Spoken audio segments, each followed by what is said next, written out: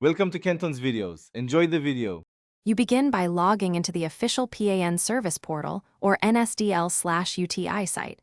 Enter your PAN and choose Update Contact Details. Once done, verify that the name and DOB match your Aadhaar because mismatches cause rejections. Next, select whether you update email, mobile, or both and type them exactly.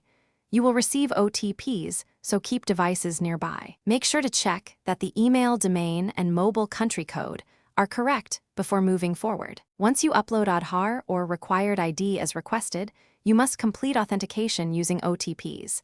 This proves control of the new contact points. Enter the OTP for mobile and the verification code sent to email. If using Aadhaar-based OTP, use the mobile number linked to Aadhaar. Use the portal's preview to check spelling and punctuation because corrections need another application. After review, pay any nominal fee if prompted, and click Submit to generate an acknowledgement number. You track progress with the acknowledgement number on the same portal.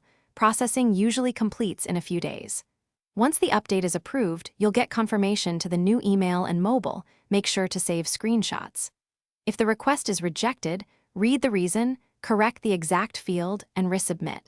Common issues are typos or Aadhaar mismatch.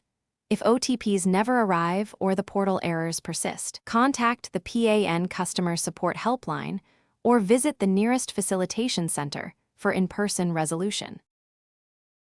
Thanks for watching. Consider subscribing if we helped you.